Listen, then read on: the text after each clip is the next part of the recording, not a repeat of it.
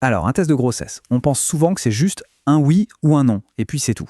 Mais en fait, c'est bien plus que ça. C'est le tout début d'une histoire biologique absolument fascinante, pleine de petits indices et de messages secrets.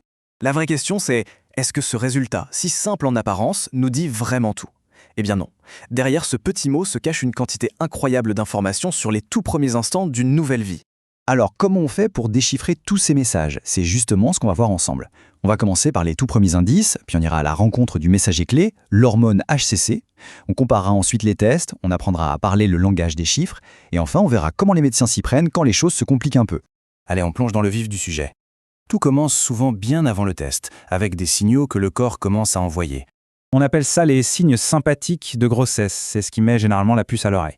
L'absence de règles est bien sûr, mais aussi une fatigue qui sort de nulle part, les seins qui deviennent sensibles, les fameuses nausées. Ce sont des indicateurs assez forts, c'est vrai, mais pour être vraiment sûr, il faut aller chercher une preuve biologique.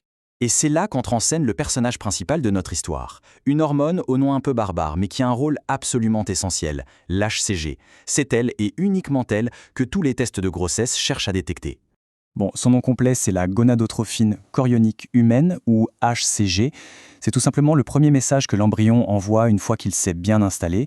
C'est un signal très clair qui dit au corps de la mère « Attention, quelque chose de nouveau se prépare, il faut maintenir les conditions parfaites pour que je puisse grandir ». Et ce signal, il est incroyablement dynamique. L'HCG est détectable super tôt, dès le 9e jour après la fécondation. Et après ça, son taux explose littéralement. Il double toutes les 48 heures au début avant de se calmer et de se stabiliser. Et puis, après la naissance, il disparaît. C'est vraiment cette montée en flèche qui permet de poser un diagnostic très tôt. Mais à quoi elle sert concrètement cette hormone? Eh bien, l'HCG, c'est un peu le chef d'orchestre du début de grossesse. Sa mission numéro 1, c'est de maintenir en vie ce qu'on appelle le corps jaune. C'est une petite structure dans l'ovaire qui produit une autre hormone essentielle, la progestérone. C'est le carburant indispensable pour que la grossesse tienne bon le temps que le placenta soit prêt à prendre le relais. Ok, maintenant qu'on connaît notre messager secret, voyons voir comment on fait pour l'intercepter. En gros, il y a deux grandes méthodes. D'un côté, le test urinaire, celui que tout le monde connaît. Il est dit qualitatif, c'est-à-dire qu'il donne une réponse simple, oui ou non. De l'autre côté, on a le test sanguin, qui est la référence médicale. Il peut aussi être qualitatif, mais son vrai point fort, c'est sa version quantitative. Là, il ne dit pas juste oui, il dit combien. Et ce chiffre, on va le voir, raconte une histoire beaucoup plus riche. Même s'ils sont fiables, les tests urinaires ne sont pas infaillibles. Un faux positif, c'est rare, mais ça peut arriver. Ça peut être dû à des protéines dans l'urine, à certains médicaments, ou alors, et ça c'est un point très important, à une injection d'HCG qu'on utilise dans les parcours de fertilité. C'est pour ça qu'il faut toujours bien lire la notice et connaître son contexte médical. Mais l'erreur la plus fréquente, ça reste le faux négatif. La raison est simple dans la plupart des cas. Le test est fait trop tôt, quand le taux d'HCG n'est pas encore assez élevé pour être détecté. Une urine trop diluée parce qu'on a beaucoup bu peut aussi fausser le résultat. Le meilleur conseil, c'est donc d'attendre quelques jours de retard de règles et d'utiliser les premières urines du matin, qui sont beaucoup plus concentrées. On passe maintenant au niveau supérieur, avec le test sanguin quantitatif. Et là, attention, ce n'est pas un seul chiffre qui compte, mais son évolution dans le temps. C'est ce qu'on appelle sa cinétique. Et c'est là que tout s'éclaire. Un médecin ne va pas se contenter d'un seul chiffre, il va en demander un deuxième, 48 heures plus tard. Parce que c'est la tendance qui révèle la véritable histoire. Est-ce que le taux grimpe en flèche? Est-ce qu'il stagne ou est-ce qu'il est en train de chuter?